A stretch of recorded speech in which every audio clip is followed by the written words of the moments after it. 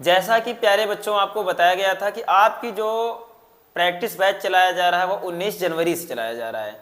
तो ठीक उसी क्रम में अब आपके सामने हम उपस्थित हो चुके हैं 20 MCQ क्वेश्चन जो आपके हिंदी विषय के हैं कक्षा 10 के लिए। तो आज सबसे पहले आप सभी के लिए ये 20 क्वेश्चन कराए जाएंगे। आज आपका है पहला दिन और डेली आपको 8 बजे से 9 बजे के बीच में आपको जो भी आपका ऑफलाइन टेस्ट होगा उसका वीडियो सॉल्यूशन डेली मिलेगा। तो प्रिय बच्चों, जैसा कि आपको बताया गया था कि हम आज आपका वीडियो सॉल्यूशन देने जा रहे हैं, तो सबसे पहले आ चुके हैं अपने डिजिटल बोर्ड पे, जिनमें से पहला क्वेश्चन आपका है 5 मिनट का आदमी। देखो बेटा, होता है क्या, गद्य खंड में 5 प्रश्न आते हैं आपके, इसी प्रकार पद्य खंड में 5 प्रश्न आते हैं जो 20 नंबर के आपके OMR बेस पे होते हैं क्वेश्चन। तो ठीक उसी प्रकार देखो हमारा जो पहला क्वेश्चन है, 5 मिनट का आदमी कहानी में मुख्य पात्र की सबसे बड़ी समस्या क्या है। 5 मिनट का आदमी कहानी में मुख्य पात्र की सबसे बड़ी समस्या क्या है। तो सबसे बड़ी समस्या है समय की कमी। क्या है? समय की कमी। तो इसलिए आपका जो करेक्ट आंसर होगा A option is correct option, समय की कमी। आगे नेक्स्ट आपका दूसरा क्वेश्चन है कांच का मन। कांच का मन, कांच का मन कहानी में लेखक किस भाव को प्रमुख रूप से दर्शाता है। तो कांच के मन कहानी में लेखक द्वंद्व और संवेदनशीलता को प्रमुख रूप से दर्शाता है। तो करेक्ट ऑप्शन कौन सा हो जाएगा? C option. C option is correct option. Next आपका है सपनों के पंख। सपनों के पंख में नायक अपने सपनों को क्यों छोड़ता है। तो सपनों के पंख में नायक अपने सपनों को सामाजिक दबाव के कारण छोड़ता है। तो करेक्ट ऑप्शन कौन सा हो जाएगा बेटा? B option. B option is correct option. अब नेक्स्ट क्वेश्चन आपका है शेख चिल्ली। शेख चिल्ली की कहानियां में हास्य उत्पन्न होता है। तो हास्य क्यों उत्पन्न होता है? क्योंकि उसमें पात्रों की चालाकियां होती हैं। तो इसलिए आपका ऑप्शन कौन सही होगा? A option. A option is correct option. Next question इसी बीच आपका आ रहा है गांव का पानी। गांव का पानी कहानी में मुख्य समस्या किस पर आधारित थी। तो गांव का पानी कहानी में मुख्य समस्या पेयजल की कमी, यानी कि इसमें क्वेश्चन 5 का आंसर हो जाएगा A option. A option is correct option, यानी कि गांव का पानी कहानी में मुख्य समस्या पेयजल की कमी पे आधारित थी। नेक्स्ट क्वेश्चन आपका पद्य खंड से आते हैं। तो पद्य खंड से जो भी क्वेश्चन पूछे जाते हैं वो 5 क्वेश्चन पूछे जाते हैं, जिनमें से कबीर के दोहे बड़ा हुआ तो क्या हुआ जैसे पेड़ खजूर का संदेश क्या है। कबीर के दोहे का ये जो क्वेश्चन 6 नंबर का क्वेश्चन है, इस कबीर के दोहे बड़ा हुआ तो क्या हुआ जैसे पेड़ खजूर का संदेश जो है, जिनमें से आपके लिए 4 ऑप्शन दिए जा रहे हैं। बाहरी आडंबर, कर्म और भक्ति, समाज सुधार, शिक्षा। तो जिनमें से आपका जो आंसर होगा, सही आंसर होगा बी आंसर, यानी कि B option is correct option, यानी कि कर्म और भक्ति इसका करेक्ट आंसर होगा। अगला है सूरदास की रसरास लीला। सूरदास की रास लीला कविता में कृष्ण का भाव किस रूप में है। तो इसमें आपका बाल वात्सल्य रूप में, यानी कि बाल वात्सल्य और प्रेम। तो इसका 7वें क्वेश्चन का जो भी आंसर होगा बाल वात्सल्य और प्रेम। तो नेक्स्ट क्वेश्चन आपका है मैथिली शरण गुप्त की साकेत। जो साकेत कविता है ये किस पर आधारित है।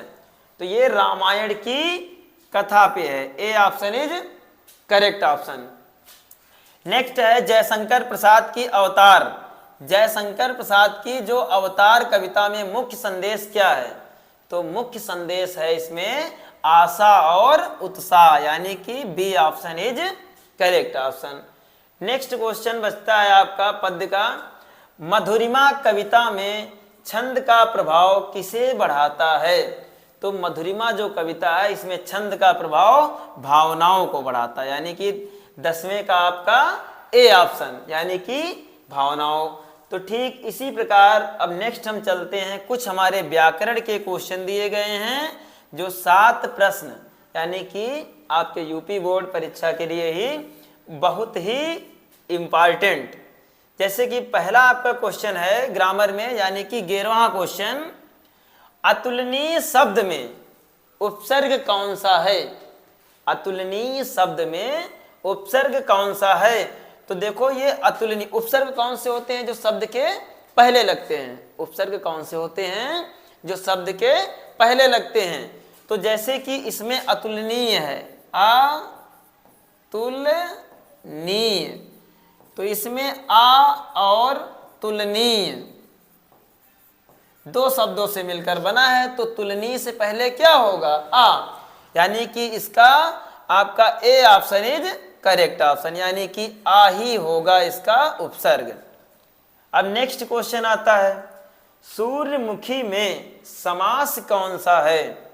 सूर्यमुखी में समास कौन सा है? तो बेटा सूर्यमुखी में जो समास आपका है वो है कर्मधारय समास, क्योंकि सूर्यमुखी का मतलब होता है सूरज के समान मुख वाला। तो इसमें आपकी क्या हुई? विशेषता बतलाई जा रही है, यानी कि इसमें आपकी विशेषता बतलाई जा रही है। नेक्स्ट है विद्यार्थी। विद्यार्थी शब्द का प्रत्यय क्या है? विद्यार्थी शब्द का प्रत्यय क्या है? बेटा प्रत्यय क्या होते हैं? प्रत्यय किसी भी शब्द के बाद में लगते हैं। जो बाद में, शब्द के बाद में लगे वो हमारा क्या होता है? प्रत्यय। बट एक बात हमें याद करनी होती है, बाद में और पहले लगने का मतलब ही नहीं होता है कि वो प्रत्यय होता है। उसमें सबसे पहले हम ये देखते हैं कि दोनों का कोई अर्थ निकल रहा कि नहीं निकल रहा। जैसे आपका विद्यार्थी है, वह क्या हुआ? विद्यार्थी। तो विद्यार्थी में ये 2 शब्दों से बिना है, विद्या धन अर्थी। तो इसमें आपका जो बाद में लगने वाला शब्द क्या है? अर्थी। इसलिए करेक्ट ऑप्शन इसमें कौन सा होगा? इसमें चारों ऑप्शन नहीं होंगे, इसमें कोई एक ऑप्शन बनाते हैं, ई ऑप्शन, अलग से ऑप्शन बनाए देते हैं। इसमें होगा अर्थी। मिस प्रिंट हो गया है, कोई दिक्कत नहीं।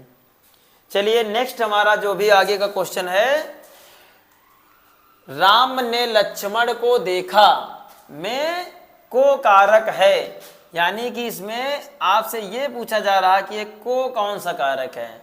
तो कर्ता ने कर्म को, यानी कि कौन सा ऑप्शन होगा? B option. B option is correct option. Next 15 number जो भी आपका है क्वेश्चन, पत्र कलम से लिखा गया। तो कलम से, कर्ता ने कर्म को करण से, यानी कि B option is correct option.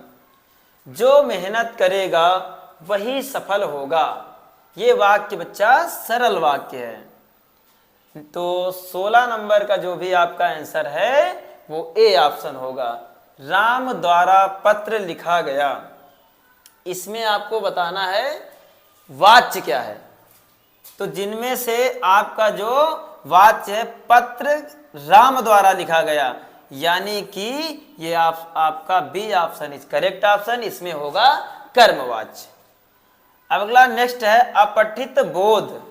कुछ अपठित खंड से 2-3 क्वेश्चन आते हैं, जिनमें से जैसे कि एक एग्जाम्पल के तौर पे हम लोगों ने लिया है, अपठित गद्यांश पढ़ते समय सबसे पहले क्या समझना चाहिए? तो सबसे पहले उसके केंद्रीय भाव को समझना चाहिए, यानी कि C option is correct option. अगला, अपठित पद्यांश में शीर्षक चुनते समय आधार क्या होना चाहिए? इसमें भी आपका मुख्य भाव होना चाहिए, तो C option is correct option.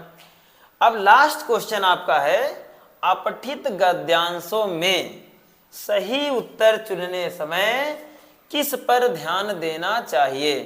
तो हमें अपठित गद्यांशों में सही उत्तर चुनते समय हमें शब्दार्थ और भाव पर विशेष ध्यान देना चाहिए। तो प्रिय बच्चों, आज आपका पहला दिन और पहला ही आपका प्रैक्टिस सेट हुआ, तो इस प्रैक्टिस सेट को आप सभी लोग मिला लें और नेक्स्ट यानी कि कल ऑफलाइन की क्लासेज में आपकी सभी जो भी कमियां होंगी वो दूर की जाएंगी। तो प्रिय बच्चों, आप रोज शाम 4 बजे कृष्णा कोचिंग के प्रैक्टिस बैच से जुड़ें और उसका वीडियो सॉल्यूशन शाम 8 बजे आपको YouTube channel Krishna coaching institute पे उपलब्ध कराया जाएगा।